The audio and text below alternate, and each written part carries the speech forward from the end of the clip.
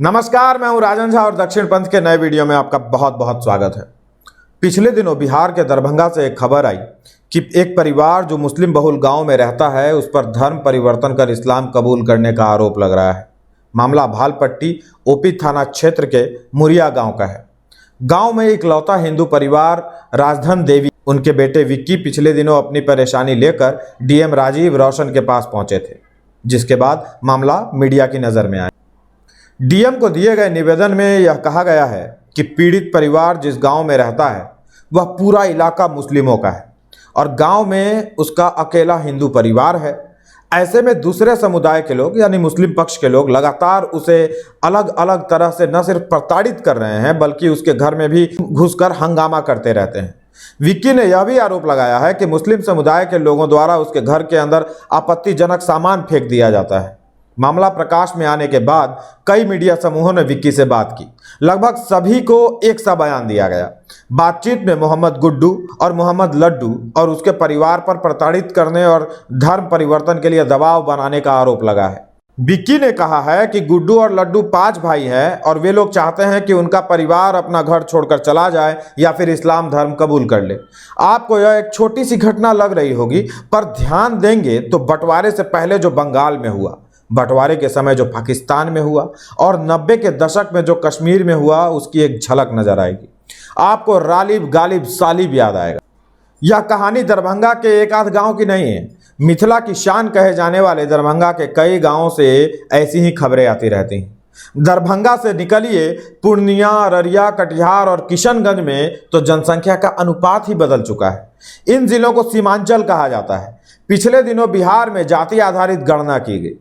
किस जाति के कितने लोग हैं यह जानने के लिए 500 करोड़ से ज़्यादा रुपए खर्च किए गए, लेकिन लोगों की संख्या गिनने के लिए आतुर लोगों का ध्यान बिहार में हो रहे जनसांख्यिकीय बदलाव पर नहीं गया। वर्ष 2022 के दिसंबर में सीमांचल में जनसांख्यिकीय बदलाव पर कई रिपोर्ट्स प्रकाशित हुई थी।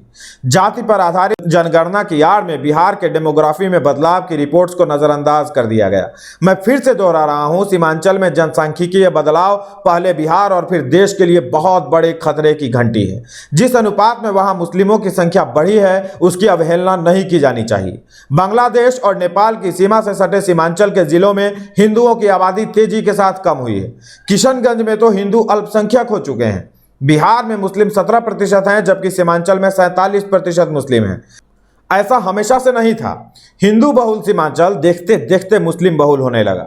आपको ज्यादा पीछे जाने की जरूरत नहीं है, बस 1991 से 2011 की जनगणना रिपोर्ट का अध्ययन कीजिए, तस्वीर साफ हो जाएगी। 1991 में किशनगंज में 33.8% हिंदू थे, जो 2011 में कम होकर 31.43% हो गए। कटिहार में हिंदुओं की संख्या 59.9% थी, जो 2011 में 54.85% हो गई। अररिया की बात करें तो 1991 में यहाँ 59.4% हिंदू थे, जो 2011 आते आते 56.68% रह गए। इस तरह पूर्णिया में 65.3% हिंदू कम होकर 60.94% हो गए। दैनिक जागरण की रिपोर्ट के अनुसार 1951 से 2011 तक देश की कुल आबादी में मुस्लिमों की साझेदारी 4% तक बढ़ गई।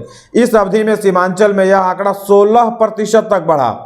इन जिलों में बंगाल के रास्ते बांग्लादेशियों और रोहिंग्याओं के आकर बसने का सिलसिला लगातार जारी है। अधिक से अधिक बच्चे पैदा कर किस तरह इलाके में मुस्लिम अपनी संख्या बढ़ा रहे होते हैं, इस पर ऑफ इंडिया समेत कई मीडिया संस्थानों ने रिपोर्ट प्रकाशित की है। सवाल है कि यदि एक धर्म विशेष की आबादी बढ़ी रही है तो इससे क्या खतरा उत्पन्न होगा। मैं कैसे कह रहा हूं कि यह राज्य और देश के लिए अच्छा नहीं है। सबसे पहली बात तो यही कि बांग्लादेशियों और रोहिंग्याओं के बसने से यहाँ की संस्कृति प्रभावित हो रही है। कई ऐसे गांव जहां हिंदू अल्पसंख्यक हो गए, पलायन को मजबूर कर दिए गए। दरअसल इन इलाकों में मुस्लिम जनसंख्या बढ़ने के साथ साथ आपराधिक गतिविधियों में भी बढ़ोतरी देखने को मिली है। हत्या, लूट, लव जिहाद और बलात्कार के मामलों के साथ साथ यहाँ साइबर अपराध से जुड़े मामले बढ़ रहे हैं। 5 जनवरी 2023 को ही हिंदुस्तान अखबार में सीमांचल में बढ़े साइबर अपराध पर पब्लिश रिपोर्ट के अनुसार सीमांचल में साइबर अपराध से निपटने के लिए पुलिस के पास तकनीकी संसाधन की कमी है, ऐसा बताया गया। इसलिए ज्यादातर मामले ठंडे बस्ते में डाल दिए जाते हैं। सीमांचल में इन दिनों नशे का कारोबार भी खूब फल फूल रहा है। शराबबंदी के बाद से सीमांचल नशे के सामान जैसे स्मैक, कोकीन, गांजे और शराब की सप्लाई का केंद्र बन चुका है। इससे संबंधित रिपोर्ट 2021 से ही प्रकाशित हो रही है। रिपोर्ट्स की माने तो सीमांचल से बिहार, बंगाल और अन्य राज्यों के युवाओं तक नशे का सामान पहुंचाया जा रहा है। खुफिया एजेंसियों ने सीमांचल में नशे के कारोबार के पीछे राष्ट्र विरोधी ताकतों का हाथ होने की आशंका जाहिर की है।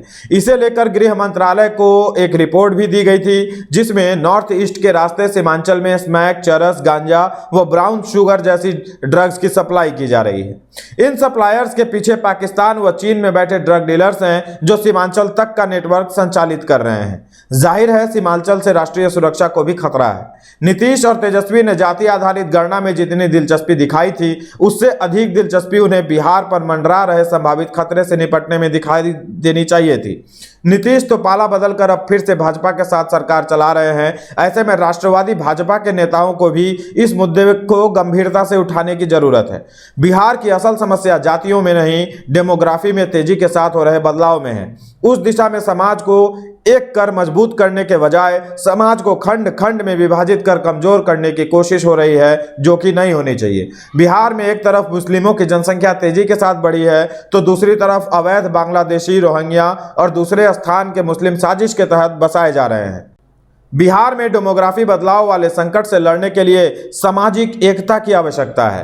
पहले जातियों को सुरक्षित रहने का उपाय करना चाहिए। राजद वाले आंखें बंद रखेंगे क्योंकि उन्हें उनका वोट बैंक नजर आ रहा है। तुष्टीकरण में नीतीश कुमार भी पीछे नहीं है, इसलिए उम्मीद तो उनसे भी नहीं है। फिर भी हमारा काम है सचेत करना, सो हम कर रहे हैं। हमारा काम है सवाल उठाना, क्योंकि रवीश, अंजुम, कापड़ी, अरफा, इनामिना डीका आदि इन सब मुद्दों पे बात नहीं करेंगे।